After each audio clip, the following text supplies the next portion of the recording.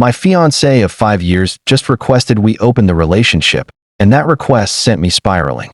This situation is just so strange and uncomfortable, and wherever I turn to support, I always get brushed off with "it's not a big deal," or "well, he just asked," and I lack any real support or validation. I can't go to my parents, so I'm hoping a bunch of strangers on Reddit might offer more help than my social circle did so far. I, 28F, and my fiancé John, 28M, have been together for, as the title says, about 5 years. To understand the dilemma, I need to give you some background. We both came from very religious backgrounds, though it affected both of us very differently. John became a problem child, running away, causing problems, and eventually finding a crowd his parents would not approve of. Most of the members of this group were a part of the LGBTQ+, smoked pot, engaged in protests, and were either atheist or practiced different religion. Although some of the members since have left, this crowd became his current friend group. I won't go into details about each and every one of them, but the main ringleaders are Alex, 35NB, and Avery, 33M. From what I understand, they collected damaged people, as John jokingly said one day, and let them couch surf when things got rough. Alex is some sort of a Nepo baby, and Avery works in IT, or something like that. John met them when he was 15.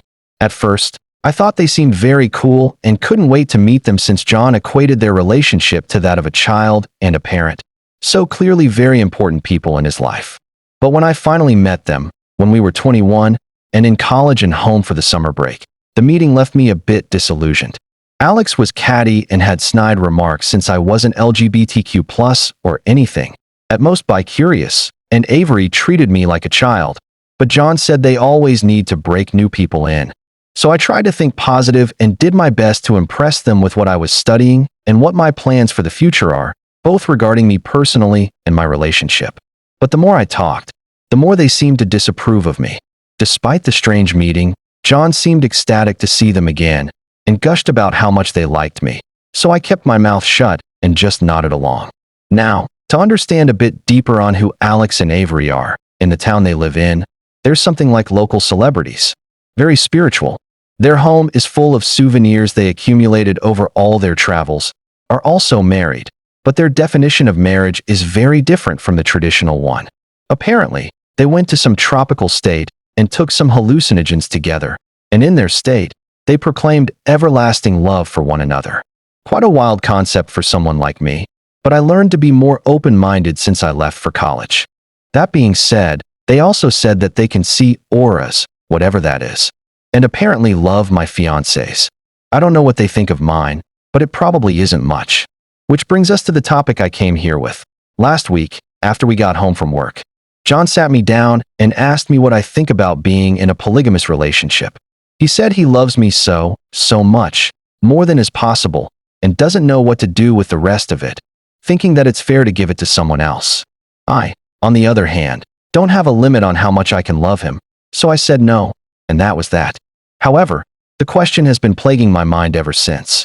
If you knew John just a fraction, you'd know he researches about things long before he actually commits to anything, any lifestyle or relationship changes, whatever. This makes me think that he has already thought about it for a while, and that he also consulted Alex and/or Avery about this. I don't want to villainize them, but I know, for a fact, they're not in a monogamous relationship, and they clearly don't like me as the rest of their little group. Again, I don't want to point fingers, and I won't ask John to show me his messages with them unless I have solid proof that isn't just a gut feeling, but I just have this horrible feeling that they, somehow, pulled in John. There's no way he just thought about it suddenly on his own.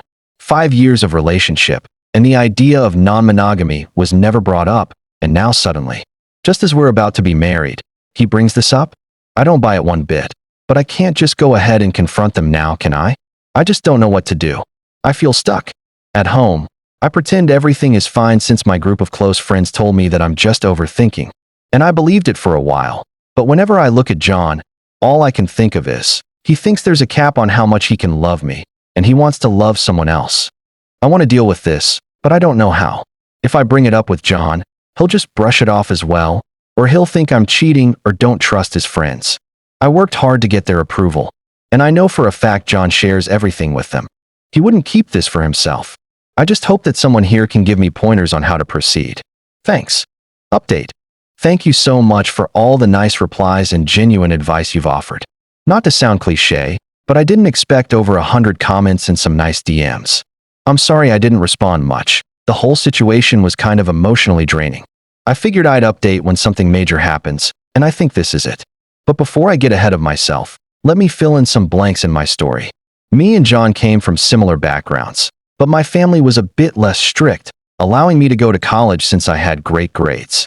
The plan for me was to move back after getting a degree, finding a job, a husband, and living the traditional life, which, obviously, didn't happen because I met John, who literally changed the trajectory of my life. After a year, I switched from my first major to one I liked more, and it's been a while since I contacted my parents. They didn't approve, of course, but with John's help, I didn't give in to their demands to come back. Now they know I'm getting married and are invited, but the last time we spoke was about 2 months ago. John has completely no contact with his parents since 18.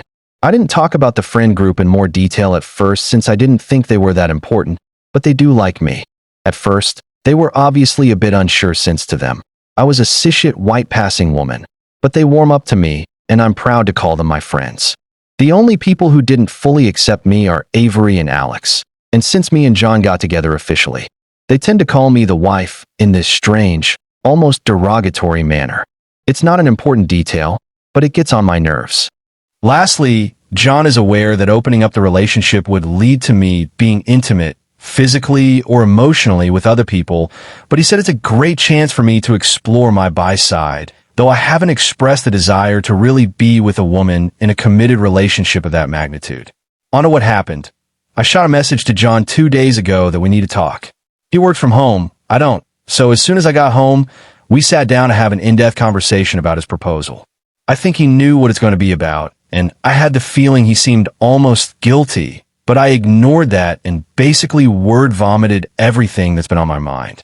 This is embarrassing because I wrote down most of what the comments advised and was prepared to have a mature discussion, but by the end of my easily 15-minute rant, I was in tears and he had to hold me.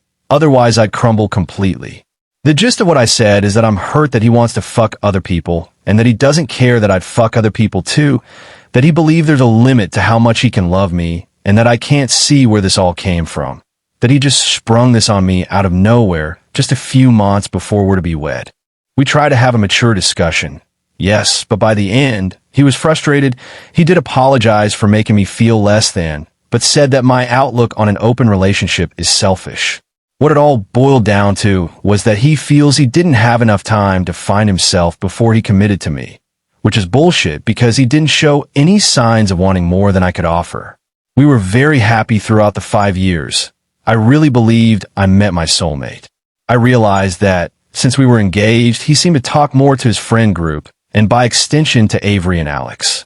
Again, I don't want to paint them as these cartoonish villains. They're really interesting and all, but now I want nothing more than to scratch those self-absorbed, smug smiles off their faces. In the end, I demanded to see his phone, and he was shocked. We had a rule that we can see each other's phones, but we don't share passwords or anything since relationship is built on trust, and neither wanted to be a prison guard in the relationship. Nevertheless, he unlocked and handed over his phone, and I searched his messages, even deleted ones, and found nothing out of the ordinary. Then I checked the call log, and guess fucking what? Hours-long calls too, and from either Avery or Alex. I was fuming and asked him what the hell does he need to discuss with them this long? And mind you, these dated months back.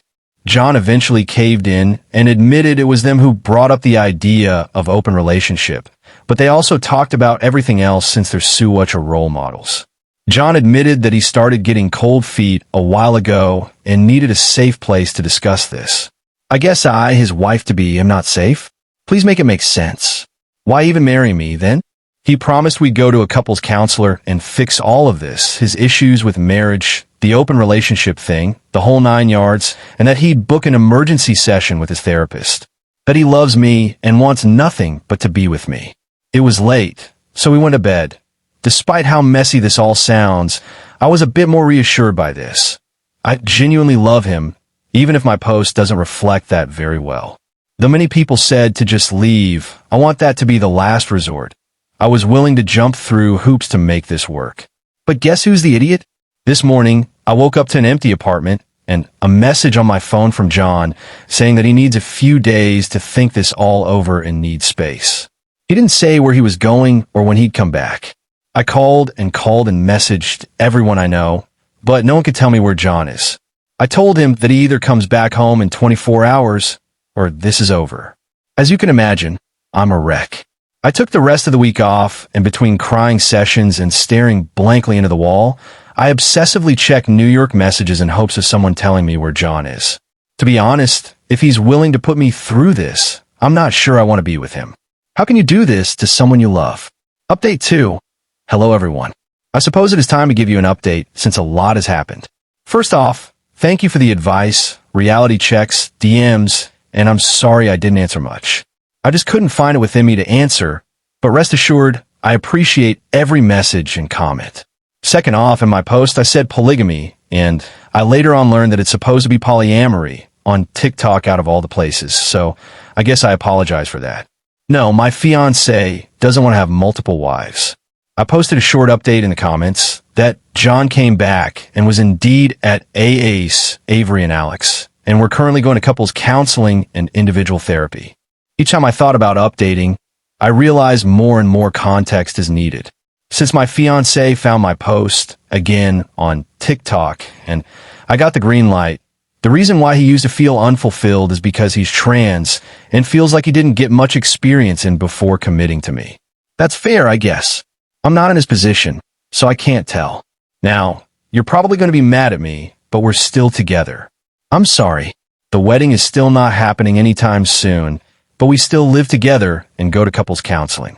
After John found my post, he showed me the video and asked me if it's about us, since it was pretty specific, and I admitted that I reached out for help to strangers on the internet. Despite him being the type to keep up appearances, he was calm, and I let him read the comments, which was the eye-opener. I'm still mad a bunch of strangers got through to him better than I did, but at least someone got through to him. I'll admit, out of the two of us, he's more passionate than me, at least outwardly. He broke down and begged me not to leave him despite almost every comment telling me to do so. And even though I had one foot out of the door, I agreed to continue counseling and therapy and see where that gets us. For now, we have until the end of the year to work on our relationship. And if it doesn't work, it won't work. We agreed on this after New Year's, no begging, no demanding, no bullshit. We're either in or out. John also agreed to go low contact with AA and told me everything regarding them. For the sake of his privacy, I won't go into detail, but I'll share what I'm allowed to share. He said that when he met them, AA were very warm and welcoming towards him in a way no one ever was, which hooked him. Like I said, his Christian home was not welcoming towards him even before he came out. He never lived with AA more than a few days at a time, even though they told him John is always welcome, even forever. They were like those cool parents who turn a blind eye to their kids smoking the green and stuff, and he admitted he let himself be buttered up. Then, about 10 years ago, he had sex with both of them. That either means he slept with them as a minor or slept with them when he was freshly 18, which, either way, means he was groomed in my eyes. And while John didn't entirely deny this, he said that's something he'll discuss with his therapist. I guess they played on his insecurities a little to sway him towards an open relationship. The night he left, Alex tried to put the moves on him, but he turned them away, though John admitted he's not entirely sure if it was on purpose or if Alex was just a bit tipsy and they didn't realize what they were doing. I think I know. And about AA trying to rope us into their polyamory band, I don't know. John said that the idea was pitched to him a few times, with AA painting it as the best thing ever, but that they never specifically said that they'd want to be our third and fourth, just joked about it, which John says is their style, but I don't know. I know it's naive of me to stay, that I should just pack my bags and leave, but I'm seeing a genuine change in John. He showed me a message he sent to AA, in short, telling them that he needs to distance himself for the sake of his relationship, to not contact him unless absolutely necessary. He gave me the password to his phone even though I didn't ask for it. Like I said, I want to be his partner, not his prison guard. But he said I can check it, even in secret, whenever I feel suspicious, so there's that. We'll go to different couples counselor now, and it's definitely going better. John keeps hanging out with his friends. All of them are 100% supportive, even though some of them are in an open/polyamory relationship. But he asked that they don't relay anything to AA. Oh, and Alex messaged him a couple of times. It was very satisfying to see either them or Avery grow increasingly upset over John ignoring them completely. They also messaged me, but I immediately blocked them without even reading it.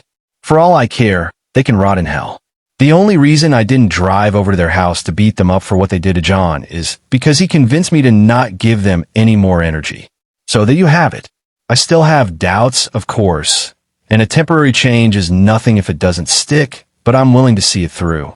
I'm not going to throw away 5 years. Not yet. Not when it seems like there might be a future to it.